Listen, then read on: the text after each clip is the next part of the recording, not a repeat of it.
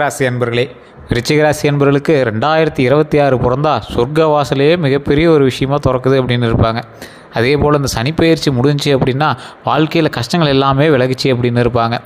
அதே போல் இனி வரக்கூடிய தமிழ் வருடம் எப்படி இருக்கும் அப்படின்னு கேட்டால் சூப்பராக இருக்குது அப்படின்னு சொல்லியிருப்பாங்க. தயவு செய்து சொல்கிறேன், இது எல்லாமே விருச்சிக ராசியில் நடந்துக்கிட்டு தான் இருக்குது. ஆனால் அது உங்களுக்கு நடந்துகிட்ருக்கா அப்படின்னு கேட்டால் கேள்விக்குறியாக தான் இருந்திருக்கும். ஏன் அப்படிங்கிறதையும் நான் இந்த வீடியோவில் நான் தெளிவாக சொல்லிடுறேன். விருச்சிக ராசிக்காரர்களுக்கு இந்த டைம் வாய்ப்பு இருக்குது. ஆனால் அந்த வாய்ப்பு இருக்கிறவங்க 5% பேர் தாங்க. தெளிவாக சொல்கிறேன், நோட் பண்ணிக்கோங்க. விருச்சிக ராசியில் கிட்டத்தட்ட 12 கோடி பேருக்கு மேலே இருக்கான். ஸோ 12 கோடி பேரில் அத்தனை பேர்த்துக்கு இது நடக்குமான்னு கேட்டால் தசாபுத்தி வேறு நடக்கும். அதாவது இப்போ கேது தசாபுத்தியில் இருப்பீங்க. கேது திசையில் புத்தி வேறு ஒவ்வொரு இதுக்கு தகுந்த மாதிரி, டேட்டுக்கு தகுந்த மாதிரி கொஞ்சம் வேரியேஷன்ஸ் இருக்கும். ஸோ அதே போல் அதுக்கு அடுத்தது என்னது, 2027 மேலே தான் உங்களுக்கு வந்து அற்புதமான காலகட்டம் இருக்குது. அதோடைய தொடர்ச்சி ஒரு 5% பேருக்கு ஓரளவுக்கு அதற்கான தொடர்ச்சி ஒரு ஆரம்ப புள்ளியாக ஆரம்பிச்சிருக்கும். இதுலையும் ஒரு சிலருக்கு கூட இருக்கக்கூடிய மற்ற ராசிகளின் அடிப்படையில் விருச்சிக ராசி செயல்படும். இது நிறைய பேருக்கு தெரியாத ஒன்று. என்ன ஒருத்தர் கமெண்ட் செக்ஷனில் சொல்லியிருந்தார், இந்த ராசிக்கில் வேறு ஒரு ராசிக்கு சொல்லியிருந்தார், இந்த நட்சத்திரம் இந்த ராசி இந்த இது தசாபதி நடந்துட்டு இருக்குது, இப்போ வந்து அவங்க டாப் மோஸ்ட்டாக இருக்கிறாங்க. ஆனால் அதே நட்சத்திரம் நடக்கிற இன்னொரு ஆளுக்கு வந்து ஒன்றுமே இல்லாத மாதிரி இருக்காங்க. அதுக்கு ரீசன் என்ன அப்படின்னு கேட்டிருந்தார். அவர் திட்டி போட்டிருந்தார். அவங்க இப்படி சொல்கிறாங்க, இப்படி இருக்கிற இப்போ ஜாதகம் போய் அது இதுன்னு. தயவு செய்து ஒன்று புரிஞ்சுக்கணும். ஒரு ஆள் இருக்காங்க அப்படின்னா அவருக்கு வந்து அவரோட ராசி மட்டும் செயல்படாதுங்க. அவர் பிறந்ததுலேருந்து அவருடைய அப்பா அம்மா ராசியும் அவருக்கு செயல்படும், அவருடைய ராசி அவருக்கு செயல்படும், அவர் திருமணம் செய்யக்கூடிய பெண்ணினுடைய ராசியும் செயல்படும், அவருடைய குழந்தைகள், அவரோட குழந்தைகள் வரைக்கும் அவங்களோட இது ஃபுல்லாக வந்து செயல்படும். இது நிறைய பேருக்கு தெரியறதில்ல. அவங்களோட ஒரு ஜாதகத்தை பார்த்துட்டு எல்லா நேரத்துலையும் இவங்களுக்கு மட்டுமே செட் ஆகுமா அப்படின்னு கேட்டால் ஒரு ஜாதகத்தை வச்சு கணிக்கவே முடியாது. உங்களோடு பிரயாணிக்கக்கூடிய மற்ற ராசிகள் வலுவாக இருக்கும் பட்சத்தில் உங்களது ராசி அதற்கு தலை வணங்க காத்து கொண்டு தான் இருக்கும். அதனால் தெளிவாக தெரிஞ்சுக்கணும். தசாபுத்தி கட்ட அமைப்பு இது எல்லாமே ஒரு கோயிலுக்கு போயினா சரியாகுது அப்படின்னா, உங்களை விட வலுவான ஒரு ராசி பக்கத்தில் இருக்கும்போது அதுக்கு அடிபணியாதுன்னு எப்படி சொல்கிறீங்க? உங்களோட ராசி மற்றபடி கிரகங்கள் அதோடைய வேலையை பார்த்துக்கிட்டே தான் இருக்கும். உங்களுடைய ராசி அதற்கு தகுந்த மாதிரி செயல்பட்டு கொண்டே தான் இருக்கும். இது நிறைய பேருக்கு தெரியறதில்ல, சொன்னாலும் நிறைய பேர் நம்புறதில்ல. ஜோதிடம் அப்படிங்கிறது உண்மை சார். ஜோதிடர்கள் சிலர் போயிருக்கலாம், ஓகேவா? ஜோதிடம் அப்படிங்கிறது உண்மை. கணிதர்கள் ரொம்பவே கணிச்சு அதை வந்து தெளிவாக சொல்லியிருப்பாங்க. இந்த விருச்சிக ராசியில் இருக்கிறவங்க மட்டும் எப்போவுமே வெளிநாட்டு பணத்தை எங்களோட லைஃப்பில் ஒரு டைம் பார்த்துருவாங்க.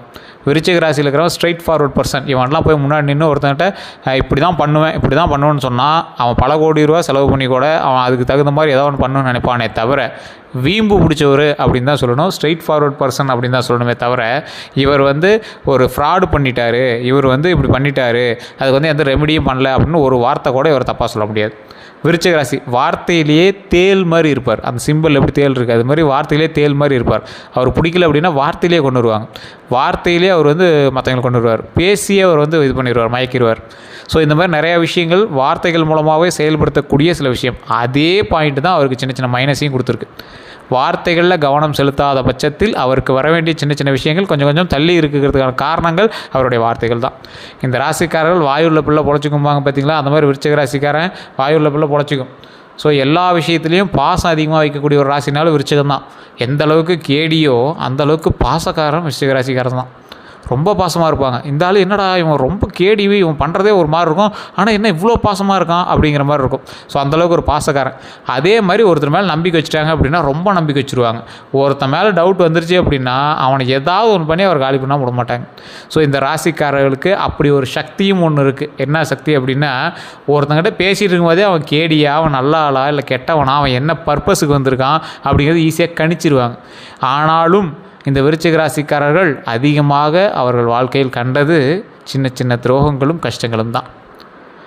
இந்த ராசிக்காரர்களுக்கு நல்ல நேரம் எப்போ சார் பிறக்கும் அப்படின்னு நிறைய பேர் கேட்டுட்ருப்பீங்க. வயிறு சம்மந்தப்பட்ட தொந்தரவுகளை இதுக்கு முன்னாடி சந்தித்த இந்த விருச்சிக ராசிக்காரர்கள் உடல் உபாதைகளை சின்ன விஷயங்கள்னால அது ரொம்பவே உடம்புக்கு பல விஷயத்தில் நீங்கள் வந்து உயிர் தப்பிச்சு வந்தவங்க தான். ஸோ அந்த மாதிரி விஷயத்தில் தப்பிச்சு வந்த இந்த விருச்சிக ராசிக்காரர்கள் இனி வரக்கூடிய காலங்களில் உடல் ஆரோக்கியமாக மன ஆரோக்கியமாக இருக்க போகிறீங்க, செல்வ செழிப்போடு இருக்க போகிறீங்க.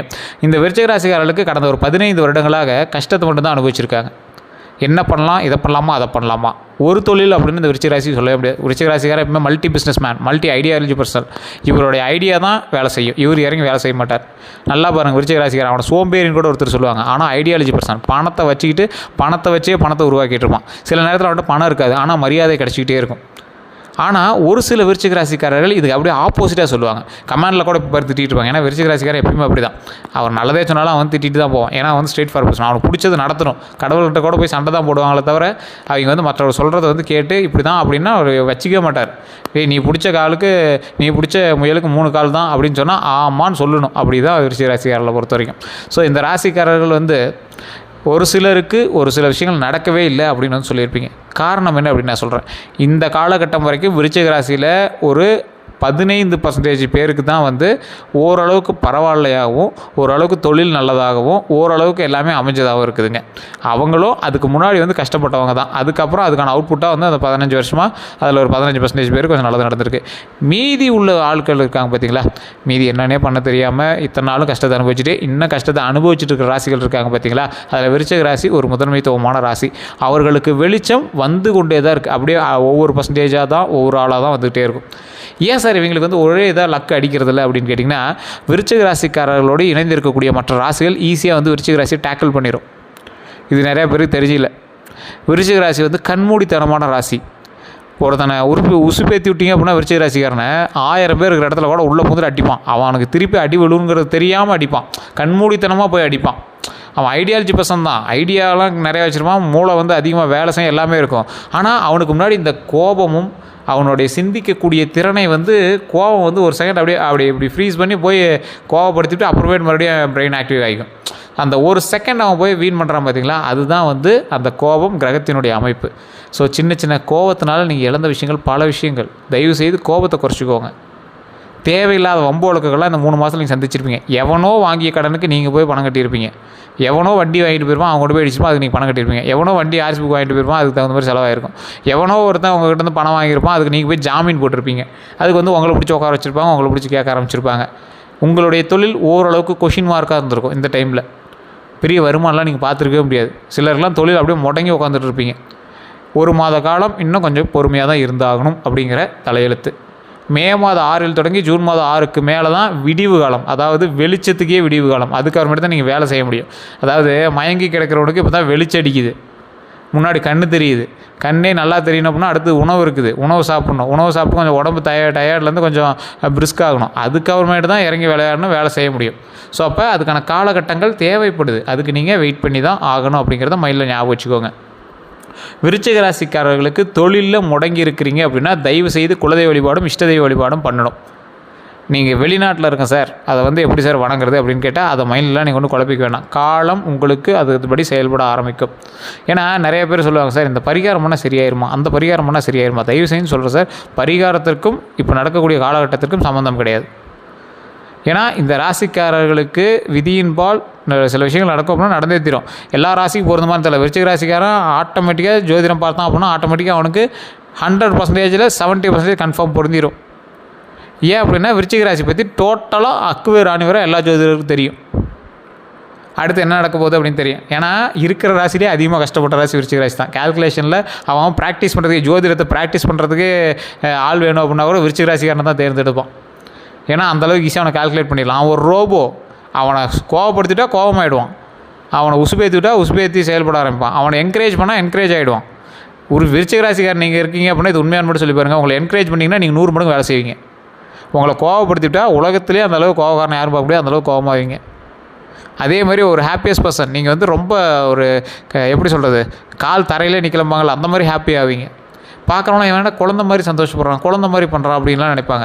கோவம் வச்சா இவன் என்ன மனுஷன் மாதிரியே பண்ணல அப்படிம்பீங்க. அதாவது மனுஷங்கிற கேட்டகரியிலே உங்களை வைக்கல.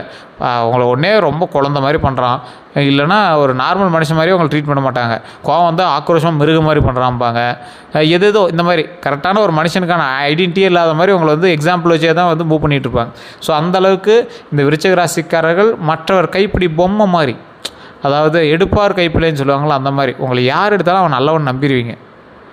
விருச்சிக ராசிக்காரனே சில பேர்லாம் டிமிக்கி அடிப்பான். ஸோ அவன்லாம் கொஞ்சம் பார்த்து ஓரளவுக்கு எச்சரிக்கையாக நடத்துங்க. உங்கள்கிட்ட வேலை பார்க்குறவங்கிட்ட கரெக்டாக வேலையை வாங்க. வேலை மந்தப்படுகிறது அப்படிங்கிறதா ஒரு விஷயம். அது வேலை மந்தமாகாமல் இருக்கணும் அப்படின்னா நீங்கள் சுறுசுறுப்பாக செயல்படணும். உங்களோட சுறுசுறுப்பு அந்த வேலை செய்கிறவங்கிட்ட பிரதிபலிக்கணும். அந்த மாதிரி நீங்கள் பண்ணும் பட்சத்தில் ஆட்டோமேட்டிக்காக வேலை சூடு பிடிக்க ஆரம்பிக்கும், வேலையில் வருமானம் வர ஆரம்பிக்கும், வேலை அப்படி மேலே மேலே பெருசாக ஆரம்பிக்கும். அதே போல் வேலைக்கு செல்லக்கூடிய விருச்சிக ராசிக்காரர்கள் நீங்கள் பிஸ்னஸ் பண்ணாமல் வேலைக்கு போய்ட்டுருக்கீங்க அப்படின்னா அந்த இடத்துல கொஞ்சம் கவனத்தை செலுத்துங்க. அதில் தேவையில்லாத வேறு ஒருவரால் உங்களுக்கு சின்ன சின்ன அவப்பெயர்கள் வரதுக்கான வாய்ப்புகள் இருக்கும் பட்சத்தில் தயவுசெய்து அந்த இடத்தில் ரொம்ப எச்சரிக்கையாக நிதானமாக செயல்படுவது 100 மடங்கு நன்மை உண்டு. ஸோ எச்சரிக்கையாக இருக்கணுங்கிறது மைண்டில் ஞாபகம் வச்சுக்கோங்க. உடல் ஆரோக்கியத்தில் கவனத்தை வச்சுக்கோங்க. ஜாமீன் கையெழுத்து எவன் கொடுத்து உங்கள் கையில் அந்த நிலத்துக்கு மேலேயோ இல்லை கடனுக்கு மேலே காசு கொடுக்குறோம் அப்படின்னு சொன்னால் கூட போய் ஜாமீன் கையெழுத்து போட்டுறாதீங்க. வேறு ஒருத்தனுக்காக போய் பணம் கட்டி எதுக்கும் நிற்காதீங்க. இந்த டைம் ஆட்டோமேட்டிக்காக நீங்களாகவே லாக் ஆவீங்க. அது விதி. வேறு எவனுக்காகவோ கடன் கட்டுறதோ, வேறு எவனுக்காகவோ பணம் கட்டி வெயிட் பண்ணுறதோ, வேறு எவனுக்காகவோ இது பண்ணுறதோ, நீங்களே கடனில் தான் இருப்பீங்க. அந்த கடன்லாம் வந்து கொஞ்சம் கொஞ்சமாக சரியாயிடும். ஆனால் இருந்தும் கடனுக்கு மேலே கடனாக தேவையில்லாத ஒருத்தனுக்கோசரம் கடன் வாங்கி கொடுத்துட்ருப்பீங்க. அதெல்லாம் யார் சார் கட்டுறதுன்னு கேட்டால் அதுக்கோசரம் வெயிட் பண்ணிகிட்டு இருப்பீங்க. ஸோ இந்த மாதிரி பல விஷயங்கள் வந்து உங்களோட லைஃப்பில் நடந்துகிட்டு தான் இருக்கும். அந்த விஷயங்கள் எல்லாமே வரக்கூடிய காலங்களில் ஒவ்வொன்றாக சரியாகும். இன்னொன்று தெளிவாக மைண்டில் ஞாபகம் வச்சுக்கோங்க. வெளிநாட்டில் இருக்கக்கூடிய நிறைய பேர் வந்து கமெண்ட் செக்ஷனில் போடுங்க, சார் குலதெய்வ கோயிலுக்கு போக முடியாதவங்க எப்படி வழிபடுறது, இஷ்ட தெய்வத்தை எப்படி வழிபடுறது? உங்களது வீட்டில் உங்களது அறையில் அந்த புகைப்படமோ அல்லது இல்லை சார் மொபைலில் தான் ஃபோட்டோ இருக்குது, மொபைல்லே வச்சு கும்பிடுங்க, மனதார வணங்குங்க, அதுவே போதுமானது.